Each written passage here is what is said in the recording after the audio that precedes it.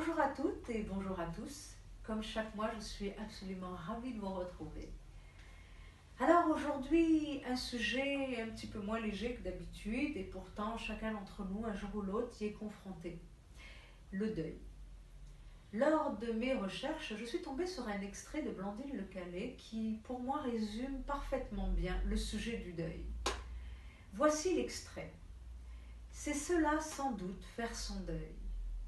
Accepter que le monde continue, inchangé, alors même qu'un être essentiel à sa marche en a été chassé. Accepter que les lignes restent droites et les couleurs intenses. Accepter l'évidence de sa propre survie. Alors, quelle est la définition du deuil? Eh bien, c'est le processus indispensable dont la finalité est de préserver notre intégrité psychologique et émotionnelle, tout en construisant en parallèle un lien intérieur avec la personne ou la situation disparue. Il est extrêmement rassurant de savoir que ce que l'on vit n'est pas anormal ou morbide. La majorité des personnes n'associent le deuil qu'à la perte d'un être cher. Il faut savoir que toute situation, tout événement, toute émotion peut être sujet à un deuil. Par exemple, la perte d'un emploi, la perte de sa jeunesse, la perte d'un bonheur ou encore le deuil d'une séparation amoureuse.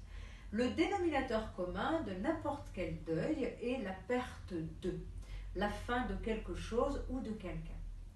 Quel que soit le deuil à faire, la traversée des phases restera exactement la même, en étant bien sûr plus ou moins importante selon le deuil à faire. Le deuil se fait en 7 phases. Phase 1, la phase du choc. L'annonce peut laisser la personne sans émotion apparente. Le terme de sidération peut tout à fait convenir pour qualifier la réaction de la personne face à l'information transmise. Par exemple, non, c'est pas vrai, ce n'est pas possible. La phase 2, le déni. C'est le refus de croire l'information, le rejet de l'information.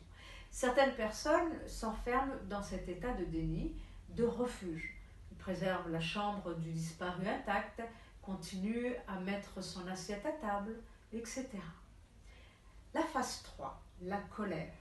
C'est la confrontation avec les faits qui va engendrer une attitude de révolte, tournée vers soi et ou vers les autres. La pensée de la personne s'alimente de fortes contradictions.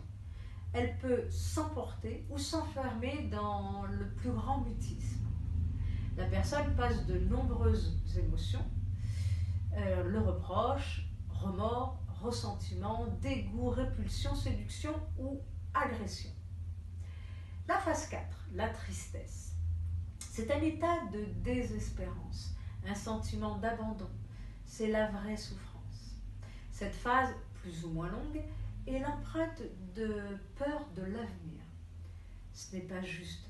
Pourquoi elle m'a fait ça, moi? Qu'est-ce que je vais devenir? Phase 5, la résignation. C'est la fin de cette lutte au cours de laquelle la personne peut avoir le sentiment d'avoir tout essayé pour revenir à la situation perdue. Elle agit au gré des circonstances et les personnes qui traversent ce moment ont souvent l'impression qu'ils n'en sortiront jamais. C'est dans cette phase qu'il faut faire très attention, car il y a un risque suicidaire qui est très élevé. C'est généralement la phase la plus longue du processus de deuil. Phase 6, l'acceptation.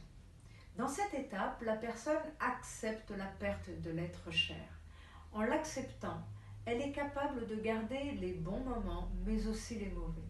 Elle commence à se sentir mieux et l'avenir ne semble plus aussi noir.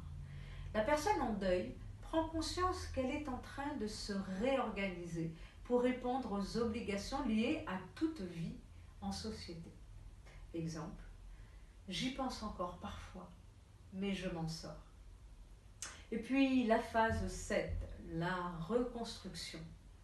L'acceptation seule ne suffit pas.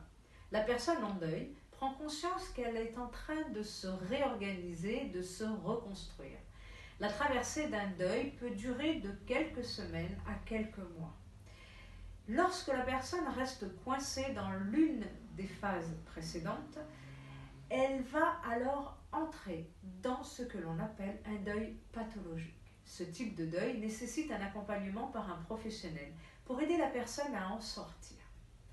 Voilà, je vous attends le mois prochain pour vous expliquer comment se libérer de son passé.